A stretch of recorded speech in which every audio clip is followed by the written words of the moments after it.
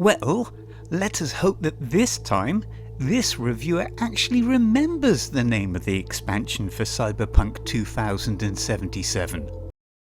The review for Cyberpunk 2077's first and only expansion, Liberty City, Dios mío. Then again, in a way, it is almost understandable that a player might make a subconscious link to Grand Theft Auto 3's groundbreaking open-world city, as Cyberpunk 2077 shares many similarities with the Grand Theft Auto series. An open-world city to explore, driving, shooting, missions, etc. Cyberpunk is not Grand Theft Auto, of course, but this hasn't stopped CD Projekt Red with Phantom Liberty taking an idea that will be familiar to players of Grand Theft Auto, adorning it with Cyberpunk 2077 flair and dropping it straight into the game. There is also another idea that will be familiar to players of The Division 2, another city-based open-world game. These are just two examples of the changes that have been initiated by game director Gabe Amantangelo since he took charge as Cyberpunk 2077. There is a great interview that he held with SkillUp et al.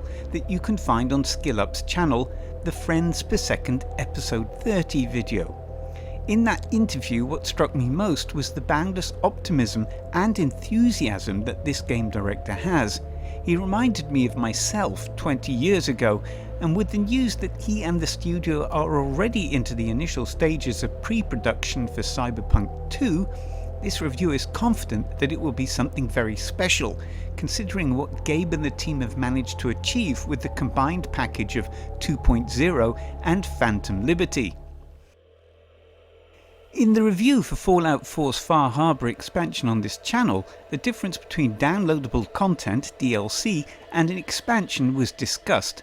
Phantom Liberty is an expansion to the game, not just a series of DLC additions, and the way in which this expansion has been integrated seamlessly into the base game is extremely impressive.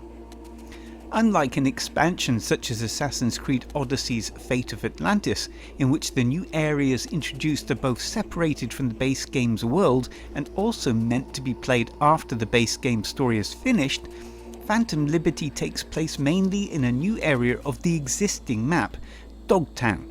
Dogtown itself is an area of Pacifica, an existing area that has been segregated. This area, though, becomes an integrated area within Night City after the initial introductory story missions are completed. The story of Phantom Liberty not only nestles itself within the main game's story structure, but actually extends outwards with the possibility of changing the base game's ending completely.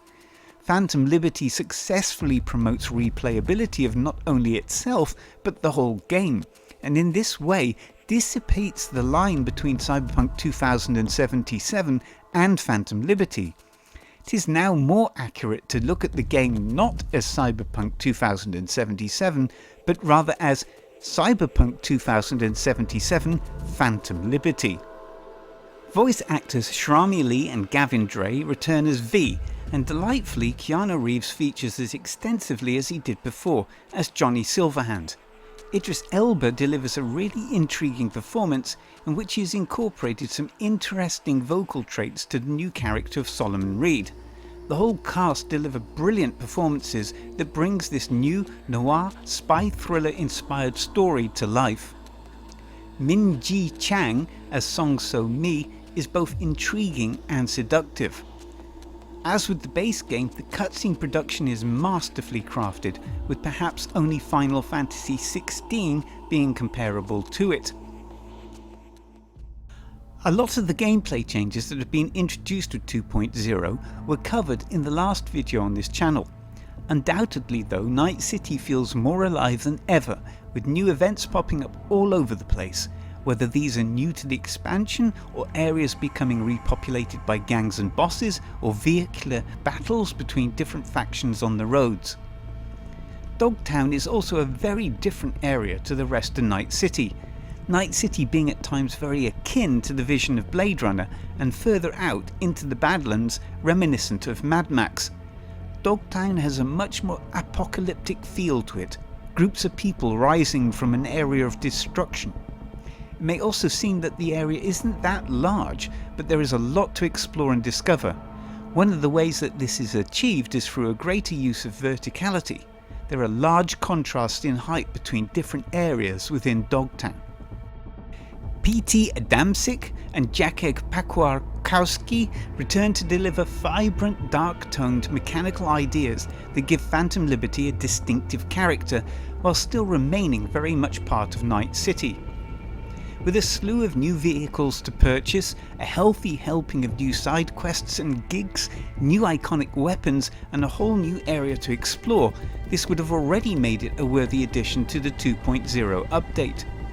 However, the story with its branching plot, genuine consequences to choices made by the player, the incredible cutscene work, and the way in which the story extends into and even affects the original story raises this expansion to a level rarely seen, perhaps only matched by titles such as Dragon Age Inquisition's Trespasser and CD Projekt Red's own Witcher 3's Blood and Wine. There is no doubt that Phantom Liberty is one of the greatest single-player game expansions ever released. The journey to ensuring Cyberpunk 2077 is the game it was always meant to be is now over. Utterly brilliant.